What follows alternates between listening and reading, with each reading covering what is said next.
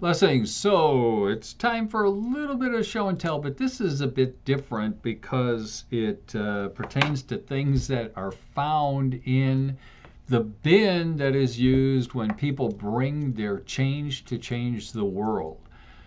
The Change to Change the World initiative was started by Pastor Paul many years ago, and it was really a lovely, simple way of building up the kingdom.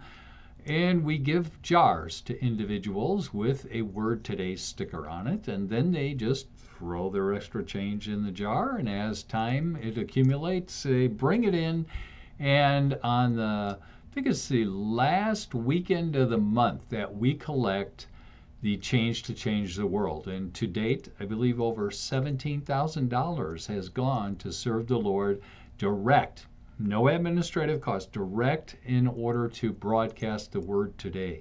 So it's fabulous. It's just a wonderful, easy way to serve the Lord, and a lot of people like doing it. If you'd like to get a jar and join us in saving the change to support the word today, let us know. We'll get one to you.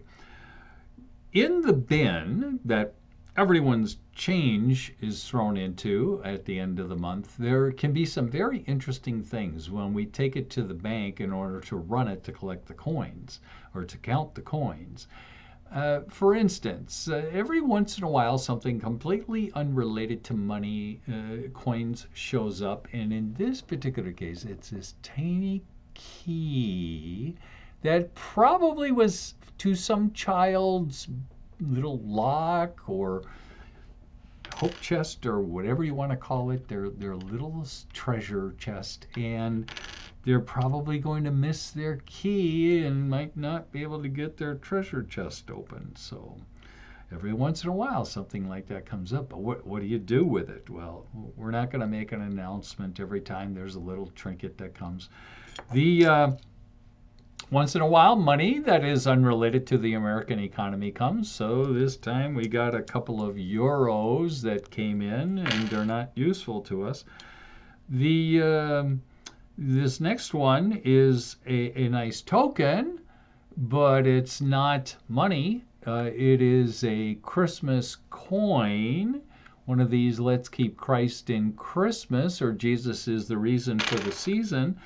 And, how does this stuff get in the coins? I think what people do is they begin by throwing change into some container that has a couple odds and ends, and then they forget and they dump it and it comes over to us. And this one is one of the more interesting ones that we have ever received. Let me see if I can get this thing right side up so that you can take a look at it.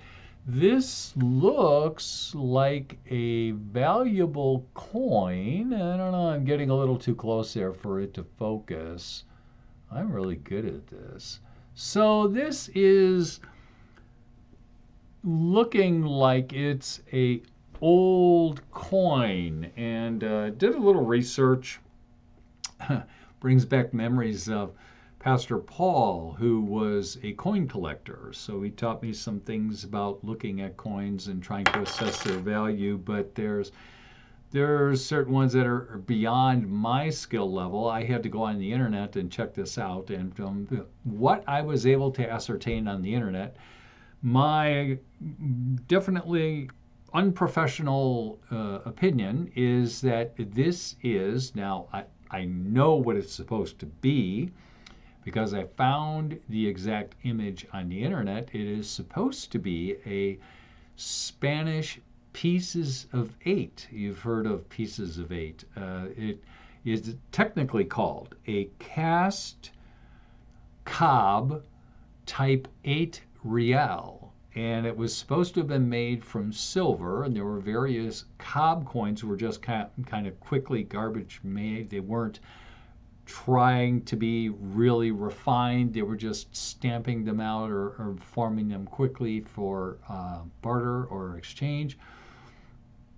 And this one was supposed to be like 1736.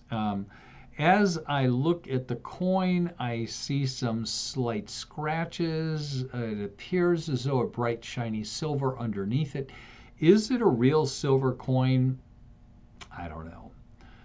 especially since on the website it discusses that there's a lot of replicas out there, a lot of ones that are made to be knockoffs. And so, I don't know, did somebody have an actual authentic Spanish real and it got caught up in our change?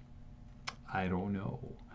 I suspect that this was a copy and that it does not hold high value. But every once in a while, something interesting is put into the change. Like, for instance, there have been silver dollars that have been put into the change. Those have higher value than just $1. I can't recall if we actually got a Cougarand or a gold coin once, which would have been worth quite a bit. So, is it impossible that this is an authentic coin? No. We'll hang on to it. We'll wait to see if it gets appraised sometime. And then, of course, all the proceeds would go to the Word Today.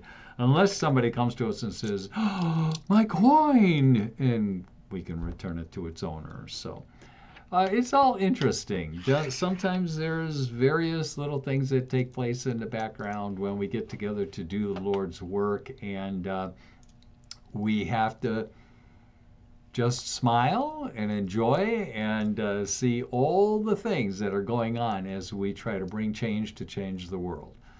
Blessings.